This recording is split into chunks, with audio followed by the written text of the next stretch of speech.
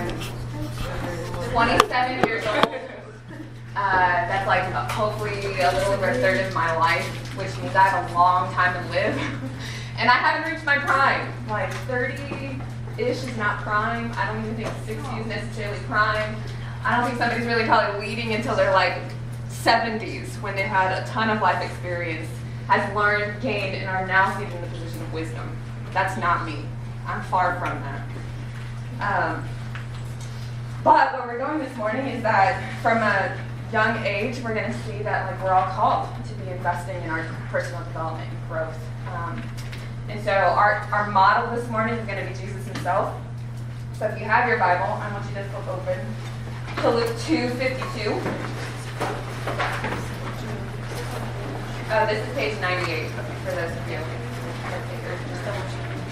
Yes.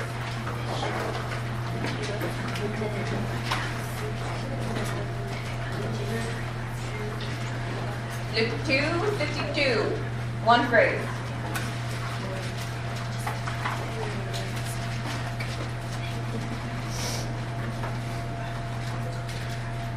Luke 2:52 says, Jesus increased in wisdom and in stature and in favor with God and man. Jesus increased in wisdom and in stature and favor with God and man. This does not mean that Jesus was imperfect, that he was lacking in divinity, for he was fully God. But it is saying that in his humanity, that he was developing and growing in wisdom, stature, and favor with God. And this particular phrase falls within it's in the second chapter of Luke, so Jesus clearly hasn't gone too far in his ministry. Luke is one of the only two gospels that outlays his birth, so we really haven't got that far. And if you pay close to the context, Jesus is actually 12 years old when this verse is like referenced. So this is taking place right after Jesus is returning to Nazareth from Jerusalem, celebrating Passover with his family at the age of 12. And then chapter 3 starts with, in the 15th year of blah, blah, blah, blah, blah, blah, blah. This is his personal ministry is beginning. So from the end of chapter 2 to the beginning of chapter 3, 18 years of Jesus' life took place. And 18 years of his life is summed up in he increased in wisdom, in stature, and favor with God. And I think every single one of us in the room, because Mike is not here, fits in that time frame. Which means, just like Christ, we are called to take a season to grow in wisdom, in stature, and favor with God and man. So, if Jesus, who was fully God and fully man, needed to grow in these things, we certainly, who have no divinity, we are not divine, likewise need to grow in these human ways. There's also other calls in scriptures to grow in maturity and stature. In Ephesians 4:12-13, the church elders and leadership of the church are to equip the saints for the work of ministry, for building of the body of Christ, that we may attain to the unity of faith and the knowledge of the Son of God. It says to mature manhood and to the measure of the stature of the fullness of Christ. This is twofold. Mature manhood. This is our humanness. How are we supposed to grow in the things that we've been gifted and graced in? That we wouldn't be morally weak or characterized as a youthful child. This is our physical ways, our mental ways, our emotional ways. And then this is also talking about the full stature of Christ. And these are how we as a community of believers are growing in his likeness, that we would reflect his fullness. And so this is spiritually and in communion with other people. And then we also see in Romans 12:6 that we're also called to be ambassadors of Christ, bearing different gifts. And that each gift is given in a measure of grace, that we would be fruitful and purposeful in this life, bearing his image. So the big challenge is, how do you guys grow? How do you grow wisdom, maturity, stature, favor with God and with man?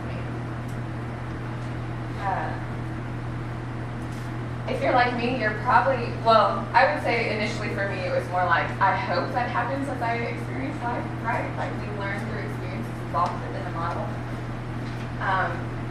But I don't think your holistic growth and maturity and stature can come from default and just experiences. And it can't come from relying on other people to tell you what to do.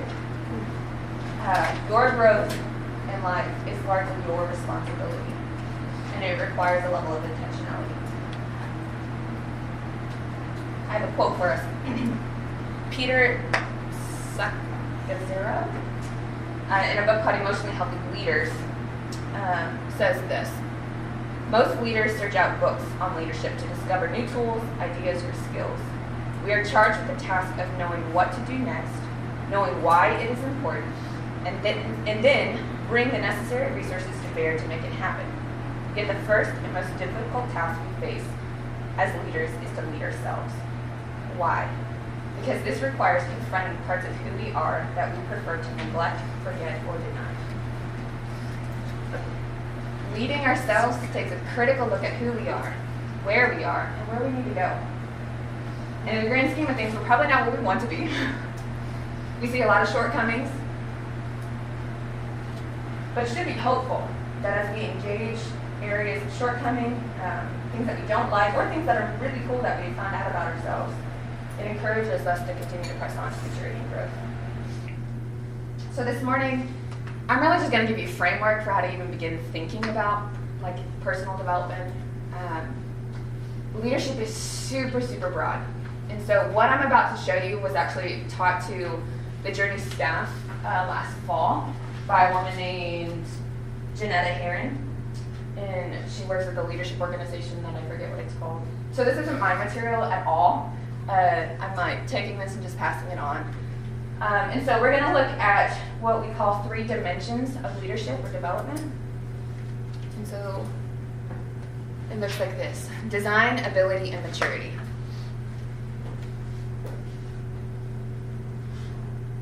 We're going to break these down a little bit.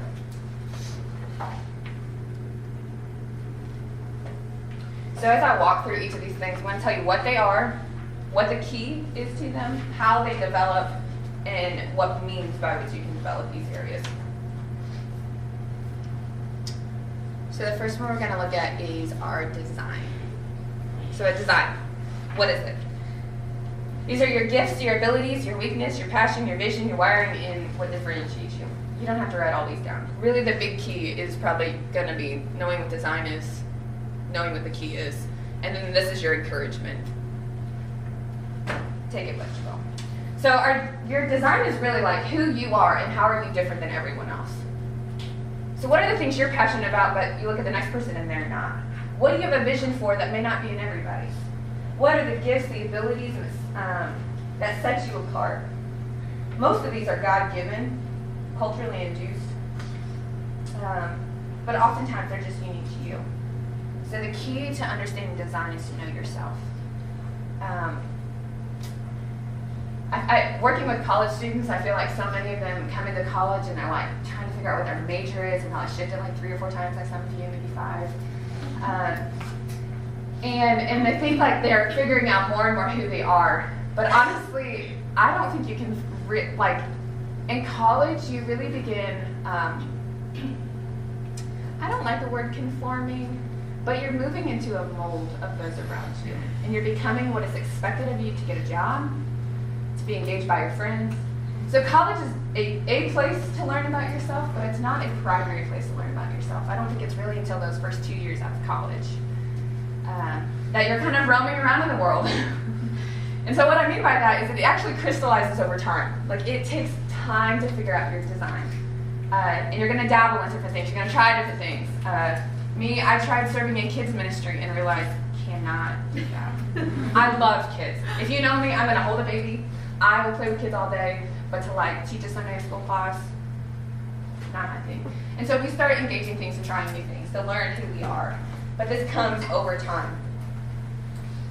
There's a lot of tests. There's a lot of personality typing things that you can learn and do. And we may do some of those this summer, but this is just helping you to get a direction in pursuing these things. So learn about gifts. Learn about defining our vision. What are you passionate about? What sets you apart from the others around you? And that doesn't make it worse or you less of them if it's not the same. It makes you contributing to the whole person of Christ that we're bearing in this world. So this accomplishes through self-awareness, reflection, inviting feedback, experimenting, and observation making. So this is where it's hard, right? The quote that I read earlier is that it's confronting parts of who we are that we prefer to neglect, forget, or deny. And that's often what comes with observations, reflections, and feedback. We don't like to find out that we're not good at something. But what that means is that there's probably something we're better at, and we need to figure that out. And it takes a lot of willingness to look at yourself and evaluate and continue to process. The second area is ability. Ability is the skill and the knowledge, the competency or the incompetency that you have or will grow in, I should say. This is your ability to do things, get things done. How complete, efficient, effective, what types of things you can do. And this grows over time. So the key is to know stuff. Literally is what you're going to school for. You're acquiring knowledge, you're acquiring skills. This is why we read books. This is why we have mentors and seek out wisdom and try new things. Like we want to develop our abilities of doing things, our understanding of things, how complete.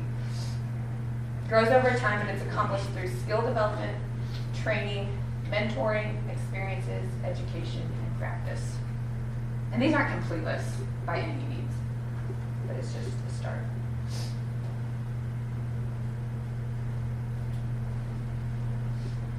So are you reading? Are you dialoguing with people different than you? Are you learning from them? Or are you seeking out people who are above you, who are wiser than you? And these skills can be specific for a vocation, a job in the future, but it can also just be street smart, ability to do checking, like checkbooks, how many people on a checkbook? Balancing your checkbook. All kinds of things. Like how do you adult?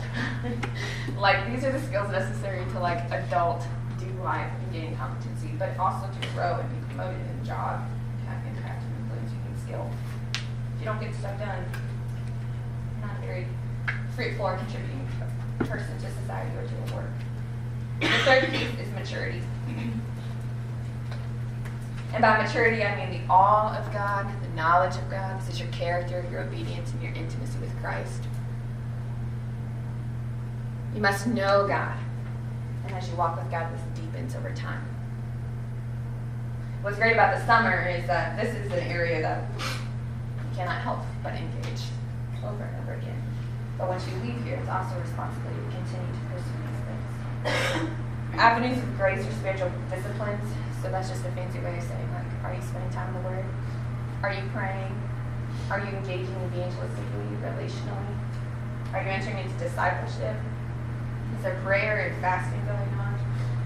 This is accomplished through repentance and faith, vulnerability, transparency, potentially even counseling, or pursuing greater emotional and mental health.